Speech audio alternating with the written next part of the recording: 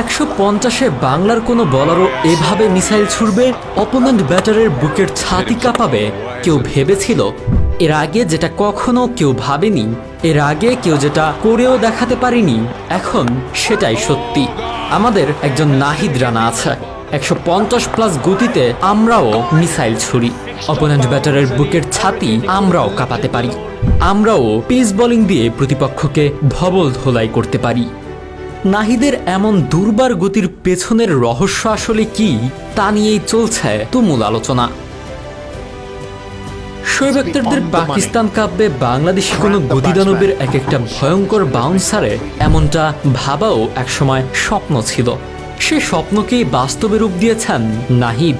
কেউ হয়তো ভাবেনি দেশের ক্রিকেটে একজন নাহিদ রানার মতো কেউ আসবে, 150+ গতিতে বল করবে, ক্রিকেট বিশ্বে সাড়া ফেলবে, তুমুল আলোচনা হবে।